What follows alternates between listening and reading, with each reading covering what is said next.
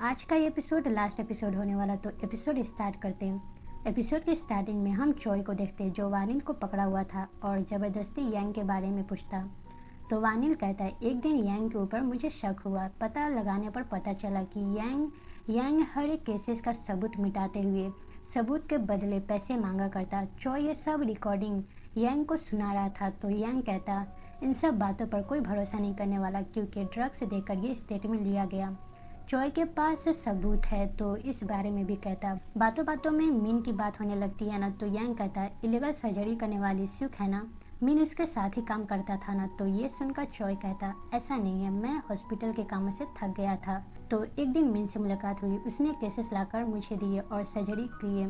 अगर उस दिन नर्स को मारे नहीं होते तो आज ये सब नहीं होता। अब क्या चाहिए, यांग पूछता। तो चॉय पकड़ने को कहता, यानी कि चॉय कहता, तुम इन्वेस्टिगेशन करते रहो, मुझे पकड़ो। और बस यहीं पर सीन कट कर दी जाती। एलन सू को बता रहा था कि चॉय नहीं आने वाला। सू चॉय को जल्दी से लेकर आने को कहती क्योंकि उनका सर्जरी की ज़रूरत है, टाइम वैसे भी कम है तो कहीं कुछ ना हो जाए। तो एलन कहता, ये सब कहाँ होगा, कैसे होगा, क्या होगा, ये सब चॉय पहले से ही डिसाइड कर चुके। तुम इन सब चीज़ों से सर्जरी नहीं कर सकती। चॉय जो मेडिसिन लिया करता था ना, इस बारे में भी बताता, जिसका साइड इफेक्ट बहुत ही खतरनाक है। तो कब से मेडिसिन लिया करता था ना, सुख पूछती। तो पिछले 1 साल से चॉय मेडिसिन ले रहा। तो इस बारे में एलन कहता। अब सुख भड़कते हुए अभी कभी चॉय को लाने का बात करती।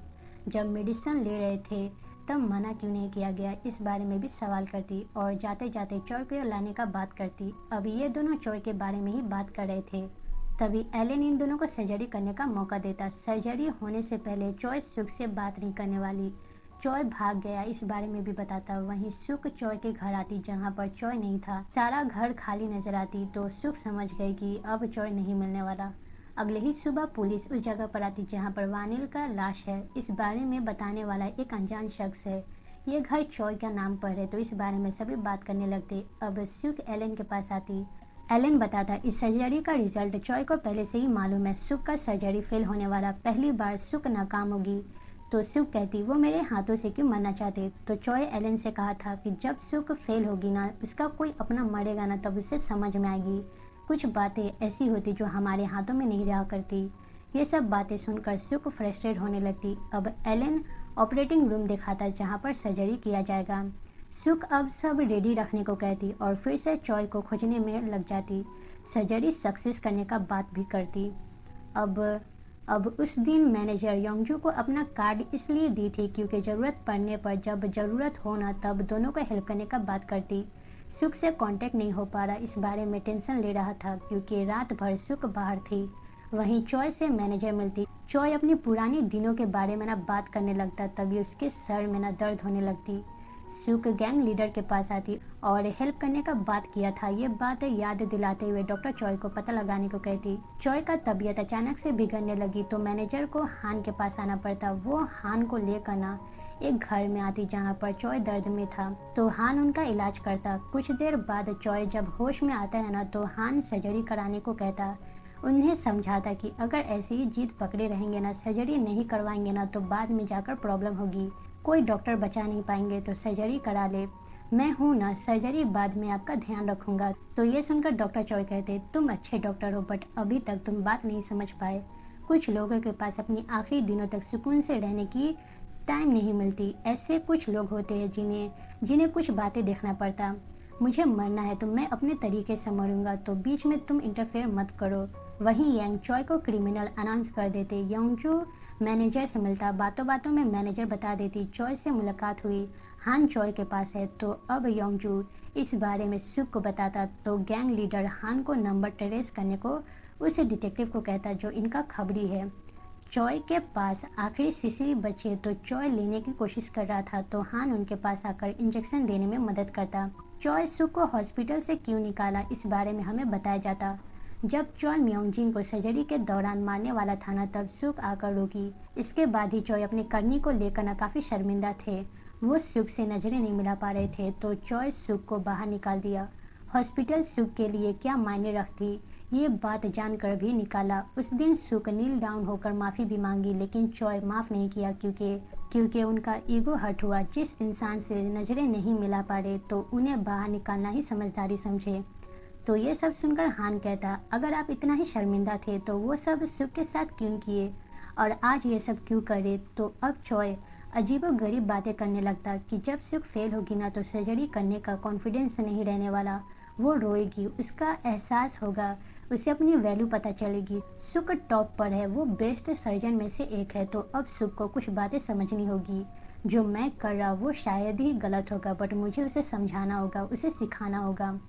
वहीं ये दोनों उस जगह पर आते जहाँ पर चॉय इससे पहले आया था। योंगजू बताता चॉय सारा इल्जाम अपने ऊपर लेने वाला, इलीगल सर्जरी, नर्स की मौत, सारा इल्जाम अपने ऊपर लेने वाले क्या वो पहले ही ले चुके। तो ये सब सुनकर ना सुख गुस्सा होती, क्योंकि जो गुनाह वो खुद की, उसका गुनाह कोई दूसरा क्यों अपने ऊपर ले रहा। सुख को बिल्कुल भी पसंद नहीं आती। वहीं चॉय कहाँ है इस बारे में गैंग लीडर पता लगा लिया था। लोकेशन पर आते हुए चॉय से बात करता।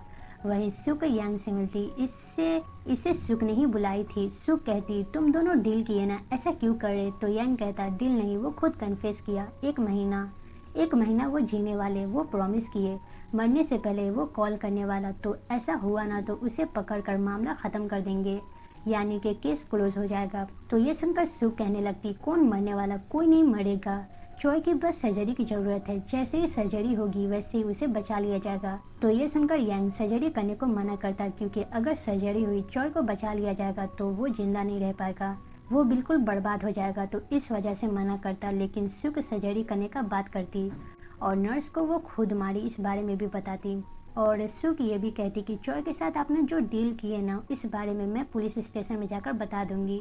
तो तब क्या होगा, आप तो फिनिश हो जाओगे। तो इससे अच्छा कि उन्हें पकड़ने की कोशिश ना करें, उन्हें छोड़ दे। सुक यही सब कहते हुए योंगजू के पास आती और मैसेज के बारे में बताती जो कि गैंग लीडर दिया। चॉय मिल गया तो अब चलने को कहती। तभी यांग कार से हिट करते हुए सुक को बाहर निकालता और उसे मारने लगता। सुक के हाथों को डैमेज करने की कोशिश करता ताकि सर्जरी ना कर पाए।